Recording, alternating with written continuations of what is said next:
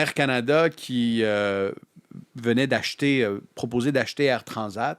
Il y avait vraiment des questions d'intérêt public qui se posaient. Il y avait de l'argent public en jeu. Il y avait un enjeu de concurrence.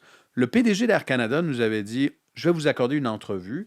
Venez à notre assemblée. C'était un événement qui était organisé pour le lancement du premier C-Series d'Air Canada qui est devenu le A220. Et on arrive là, puis le PDG d'Air Canada de l'époque, M. Urbanescu, détestait les caméras. Mais il nous avait promis une entrevue à moi et Maxime Bertrand de Radio-Canada. Plus l'événement passe, plus je me dis, il va nous en passer une petite vite et se sauver parce qu'il ne veut pas être confronté à nos questions. Alors, à un certain moment, je vois qu'il tend à s'éloigner. Moi et Maxime Bertrand, on s'avance pour aller le voir.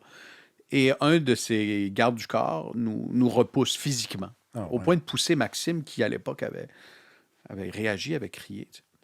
Et puis, ensuite, Calin Romanescu est parti en courant sur la scène, en pleine projection d'une vidéo corporative, pour se défiler, pour ne pas répondre aux questions. Et je me souviens d'avoir couru, Rémi. J'ai couru. J'ai dit, il pense très certainement pas que les journalistes vont courir sur la scène. J'ai dit, c'est pas grave. J'ai dit à mon caméraman, viens-t'en, on va courir. On a des questions d'intérêt public à lui poser.